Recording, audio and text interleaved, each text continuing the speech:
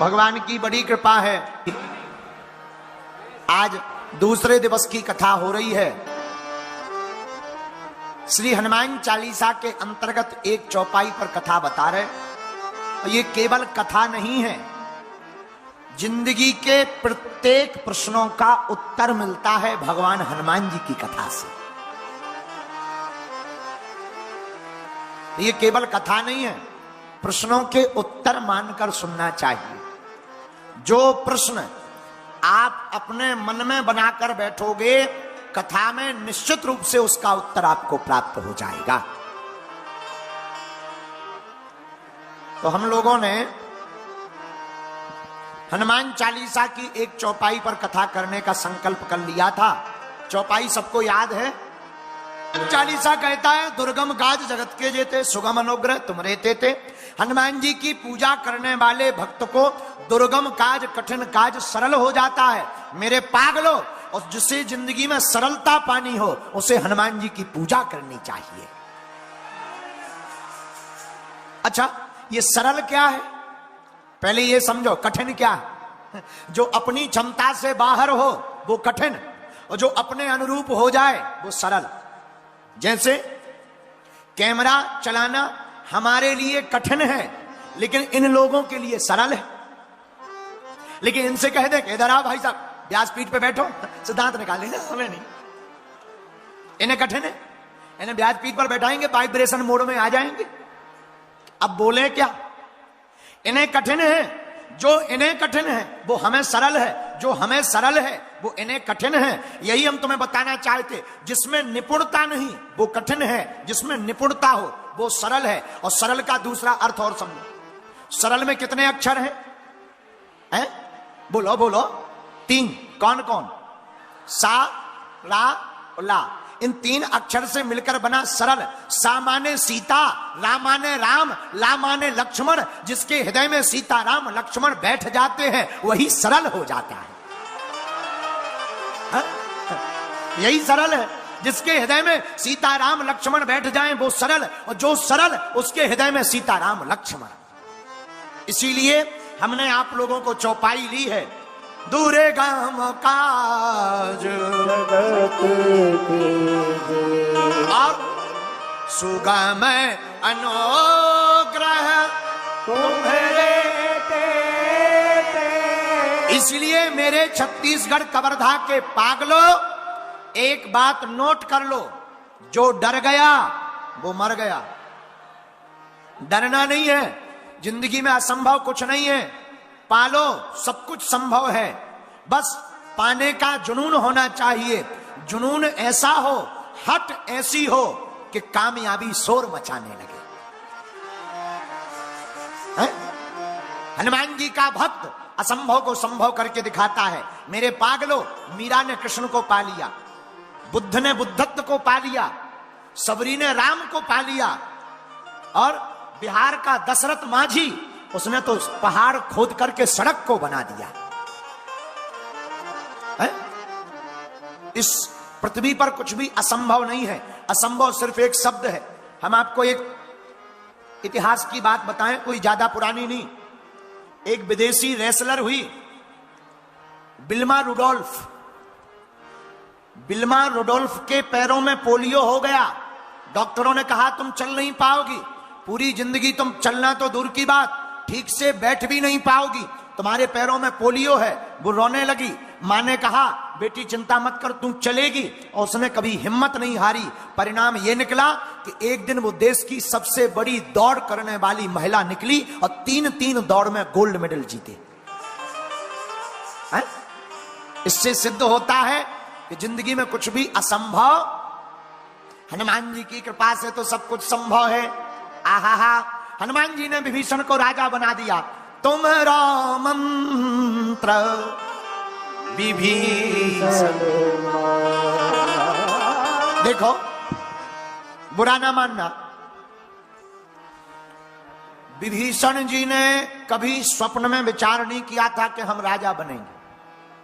लेकिन एक संगत मिली हनुमान जी की, रावण भी मर गया, आतताई से भी बच गए, और राजा भी बन गए, यहां का सुख भोग कर वहां चले गए। मेरे पागलों, मेरे प्रियजनों, यही हम तुमसे कहना चाहते हैं, जो कर्म किया वो तो तुम्हें मिलना है, जो भाग्य में लिखा वो तो तुम्हें मिलना ही मिलना है। अगर तुम हनुमान जी की कथा सुनोगे तो जो भाग्य में नहीं होगा वो भी प्राप्त हो जाएगा।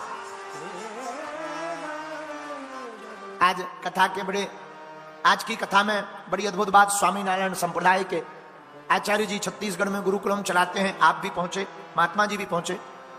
इन महात्माओं से देख करके हमें कल एक बात याद आ गई थी। कल कोई हमसे कह रहा था, पंडित जी क्या छत्तीसगढ़ में धर्मांतरण रोका जा सकता है? हमने कहा, जिस दिन छत्तीसगढ़ के प्रत्येक गांव के मंदिरों में हर मंगलवार को हिंदू इकट्ठे होने लगेंगे, उसी दिन छत्तीसगढ़ के गांव गांव से धर्मांतरण वाले भाग जाएंगे। और केवल धर्मांतरण वाले नहीं, आज हमारे सामने एक ऐसा पिता बैठा है जिसने बहुत कुछ खोया है, लेकिन उसने हार नहीं मानी, ईश्वर साहू जी। वर्तमान में तो ये विधायक बने, अभी चुनाव लड़े थे, विधायक बने, लेकिन इनका परिचय विधायक का नहीं है। ये वो पिता है जिसने आतताइयों के हाथों अपने बेटे को खोया है। धर्म विरोधी मुसलमानों ने नृशंस हत्या की केवल हिंदू मुस्लिम के नाम पर धन्य है ये, इन्होंने हार नहीं मानी। अपने बेटे का बदला लेने के लिए उनको तो कानून ने शिकंजा कसा ही है। इन्होंने जनता के द्वार द्वार जाकर आज एमएलए का पद पाया। हम मंच पे इनसे यही कह रहे थे कि तुम्हारा अब यही काम है कि जो दुख तुमने पाया, ईश्वर करे अब कोई ना पावे, हनुमान जी करें किसी को ना मिले। इसलिए तुम एक काम करना कि तुम ऐसा संकल्प लेकर जाओ कथा से कि अब छत्तीसगढ़ में धर्म विरोधियों का नामो निशान मिट जाए।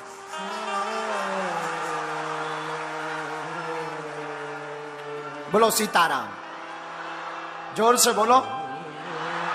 देखो, हम किसी के विरोधी नहीं हैं, लेकिन जिसके साथ अन्याय अत्याचार होगा, हम उसके साथ खड़े रहेंगे। हम सत्य के पक्षधर हैं मेरे प्रियजनों। लेकिन फिर हम कहेंगे, संसार में कुछ भी असंभव, हनुमान जी की कृपा से सब कुछ संभव है। दुर्गम काज जगत के सुगम अनुग्रह। महावीर ने पत्थर खाए, लोग महावीर को पत्थर मारते थे, लेकिन उन्होंने अपनी पूजा पाठ नहीं छोड़ी, अपने नियम को नहीं त्यागा। परिणाम, आज महावीर की स्थापना हुई। सबरी, आहा, सबरी का जब चरित्र आता है ना, हमारी आंखें भर आती। और छत्तीसगढ़ वालों को सौभाग्य होना चाहिए कि तुम्हारे बीच में ही रहने वाली माता सबरी रही। शिवरी नारायण धाम का सौभाग्य तुमको ही मिला। तुम्हें सौभाग्य होना चाहिए कि राम तुम्हारी धरती से ही गली गली होते हुए निकले। हमारी माता सबरी को गुरु और गोविंद दोनों असंभव थे, लेकिन सबरी ने संभव करके दिखाया। एक बार मां केसों को सुलझा रही थी, बालों को ठीक कर रही थी। सबरी ने मां से पूछा, मां आज इतने पशुओं को क्यों लाया जा रहा? इन पशुओं को बंद क्यों किया जा रहा? आज मुझे नहलाया क्यों जा रहा? उबटन क्यों लगाया जा रहा? मेरा श्रृंगार क्यों किया जा रहा? मां ने कहा, सबरी तेरी आज शादी है, तेरा आज विवाह होने वाला है। क्या मेरा विवाह होने वाला? हाँ बेटी। मां ये विवाह क्या है? बेटी आज से तू पराई हो जाएगी। पर मां ये जो जानवर आए, ये जो पंछी आए, ये पशु लाए गए, बकरे लाए गए, भेड़े लाई गई, ये हिरण लाए गए, ये किसके लिए? बेटी बारात आएगी ना, इन पशुओं को मारकर उनका भोजन बनाया जाएगा। सबरी की आंख में आंसू आ गए। इन निरसंस मूक बधिर जीवों को मारकर अगर मेरा उत्सव मनाया जाए तो थू है ऐसी जिंदगी पर, थू है ऐसे गृहस्थ पर। और बाहर में जाए ऐसा विवाह जिसमें ऐसे पशुओं की हत्या की जानी है, वो विवाह मुझे मंजूर नहीं है। और सबरी रात को ही जाग गई। सबरी का बुद्धत्व जाग गया। सबरी का ईमान जाग गया, सबरी की चेतना जाग गई, सबरी की बुद्धि जाग गई। और मेरे पागलों, न सबरी उस रात को जागती, न सबरी को कोई जान पाता। वन में ही रहने वाली एक साधारण लड़की हो जाती। रात को सबरी जाग गई और जागी ऐसी कि भाग गई, घर छोड़कर भाग गई। भागते भागते जो पशु बंद थे बाड़े में, उस बाड़े के दरवाजे को खोल दिया, पशु भी भाग गए। और भागते भागते पशु कहने लगे, सबरी जैसे तूने हमारा बंधन खोला, जा परमात्मा तुम्हारा बंधन खोलेंगे। सबरी रोती रोती वन में छिपती छिपती, इन्हीं छत्तीसगढ़ के जंगलों में छिपती छिपती भागने लगी। न कोई ठिकाना है, न कोई रास्ता है, न कोई पता है कि जाना कहां, मेरी मंजिल कहां है। चली जा रही वो तो दिन भर पेड़ों पर चढ़ी रहती। क्यों? पिताजी ढूंढ ना ले, ढूंढ लेंगे, जबरदस्ती शादी करवा देंगे, मुझे शादी नहीं करनी। जंगलों में छिपी रहती, पेड़ों पर चढ़ जाती, रात होती, भूख लगती, बेरों को खाती, सूखे पत्तों को खाती, सूखे फलों को खाती। धीरे धीरे धीरे इसी वन में रहने वाले मतंग मुनि के आश्रम पहुंच गई। पर आश्रम जाए कैसे? स्त्री है और अपने आप को निम्न जाति की मानती थी। पर एक बात बोले, भगवान एक घड़ी बड़ी जाति वालों को नहीं मिलते, उनको जरूर मिलते जिनका कोई नहीं होता है? चाहे वो वाल्मीकि हो, चाहे वो सबरी हो, माई बाप, इनको परमात्मा गणिका हो, अजामिल हो, इनको परमात्मा जरूर मिले। याद रखना मेरे प्रियजनों और छत्तीसगढ़ कवर्धा के लोगों, भगवान जाति नहीं देखता, परमात्मा तो भाव देखता। जिसके माथे पर टीका, मन में भक्ति होती है, भगवान उसी के सामने प्रकट हो जाता